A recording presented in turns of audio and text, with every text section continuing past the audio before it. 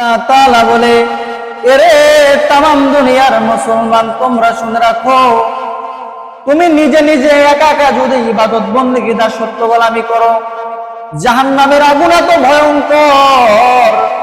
যদি নিজে হজ করো, যদি নিজে যাকাত দাও, নিজে যদি রোজা রাখো, কিন্তু তোমার পরিবারের লোকজন যদি জাহান্নামের দিকে চলে যায়, তুমি নামাজ পড়ো না, তোমার পরিবারের লোকজন নামাজ পড়ে না, তুমি রোজা রাখলা, তোমার পরিবারের লোকজন রোজা রাখে না, তুমি হজ করলা, তোমার পরিবারের লোকজনকে হজ করলা না। আল্লাহ তাআলা বলে, ইয়া আইয়ুহাল্লাযীনা আমানু কু আনফুসাকুম ওয়া আহলিকুম নারা।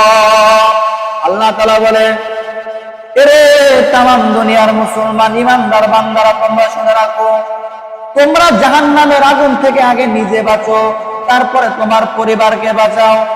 তুমি একা একা যদি আল্লাহর ইবাদত বন্দেগী দাসত্ব গোলামি করে তোমরা যদি আল্লাহর ওলি হয়ে যাও, কিন্তু তোমার পরিবারের লোকজন যদি জাহান্নামের দিকে চলে যায়, তোমার ছেলে মদ খায়, গাঁজা খায়, সুদ খায়, তোমার স্ত্রী পর্দা করে না, তোমার মা হলো পর্দা করে না, তোমার বোন পর্দা করে না, তোমার হলো পরিবারের লোকজন জাহান্নামের দিকে চলে যাচ্ছে, কিন্তু তুমি একা একা যদি চিন্তা করো আমি একা একাই আল্লাহ রব্বুল আলামিনের ইবাদত বন্দেগী দাসত্ব গোলামি করে জান্নাতে যাব, আল্লাহ তাআলা বলে, না না না, ওই ইবাদত আমি আল্লাহর দরবারে কবুল করব না। তুমি নিজে সঠিক পথে চলো এবং তোমার পরিবারকে সঠিক পথে চলাও। জোরে জোরে বলুন কথা ঠিক কিনা?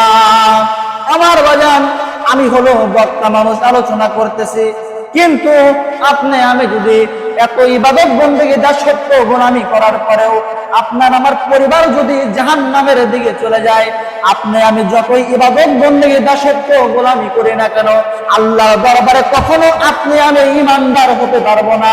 আপনি আমি পরিবার সহ উভয় জাহান্নামে চলে যাব।